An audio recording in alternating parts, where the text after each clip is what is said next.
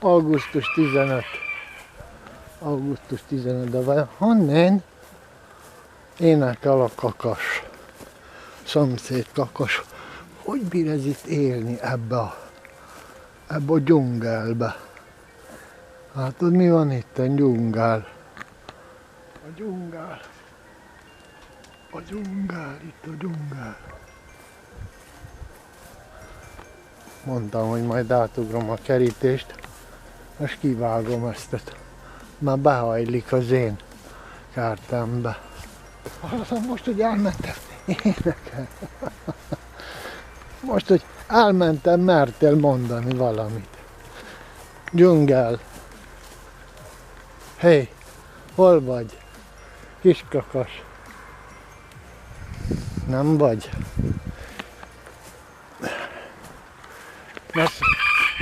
Na hallod? Most, amikor megyek el, mindig akkor mondja. Akkor mersz beszélni? Itt nő a vadmegy. És ezt hogy lehet? Majd meg kell kérdezni attól, hogy lehet-e, hogy mondják ezt, altoit, nem tudom, magyarul altoit, nemesíteni? Nemesíteni, ha lehet, nem? De ilyen érdekes, akitől vettem, annak ott volt egy ilyen macskaluk. Azt jelenti, hogy a macskái ott laktak, a macskái abban a nyári WC-ben, volt a nyári WC-ben visz, vagy udvari WC. Udvari WC, megvárjuk, hogy kisüssön a nap. Kisüssön a nap. Onnan süt ki a nap. Én nagyon szeretem. Szóval, ja, anyám már jött. De anyám nem. Anyám szeptember 8-án mindig ünnepelte a névnapját. És nem augusztus 15-én. Ez lehet, hogy inkább az ortodoxoknál nagy ünnep. Na szóval, kisüt az a nap. Nagyon négy csizmáim van. Látod? Nagyon nagy ünnep ez a románoknak, pláne lent ott a regátiaknak. Pic.com care se va desfința, cine are pe acolo imagini, să se grăbească să și-l iei, mă. Să și le salveze, adică. Pentru că eu mi le-am salvat, am găsit niște imagini de acum câți ani? 8 ani? 8, între 8 și 9 ani și mi le-am salvat, ca să nu se piardă.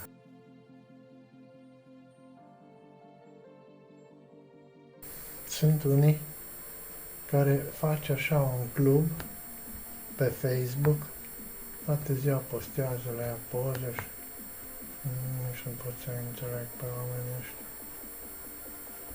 Să idolizezi pe un artist din asta și asta ce activitatea pe Facebook, pe internet, adică nu doar să-ți faci videoclip cum îmi fac eu. Să rămâi tu și să te vezi pe tine însuți peste ani și ani, nu? Da, e mai important, nu?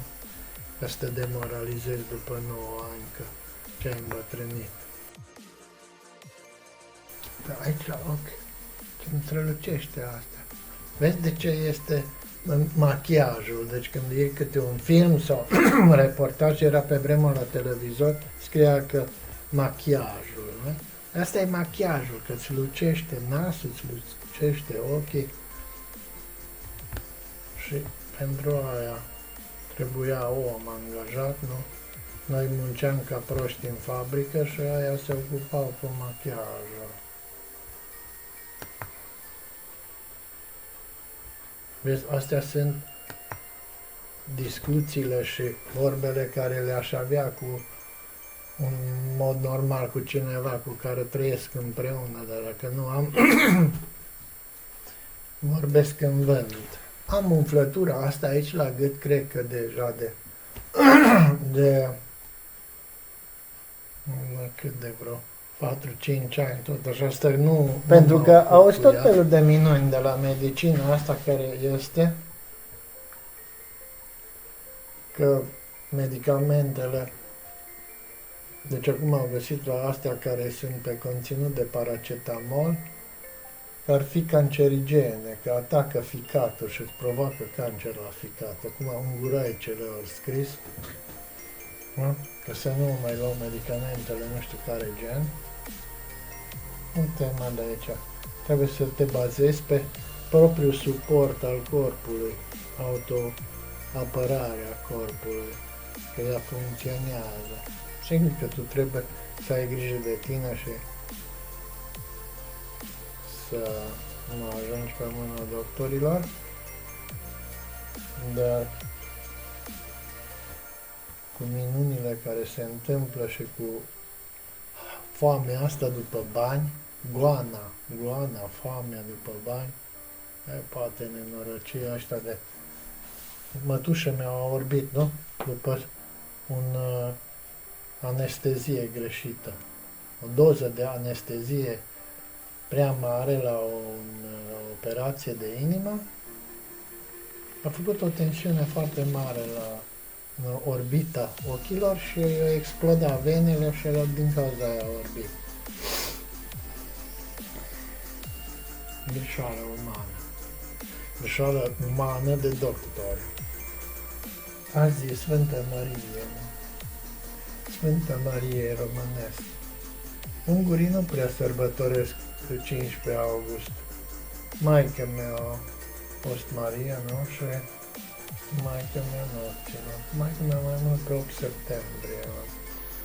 Astăzi el va fi o zi plictisitoare? Nu va fi, nu? În funcție de cum noi ne programăm. Am de gând să mă duc să-mi cumpăr niște aluat de langoș, care e la 1 euro un kilogram de aluat de langoș. Și e ieftin. Pentru că în mod normal ar fi 500 de forinți, care e 1 euro jumate, un pic mai mult de 1 euro jumate.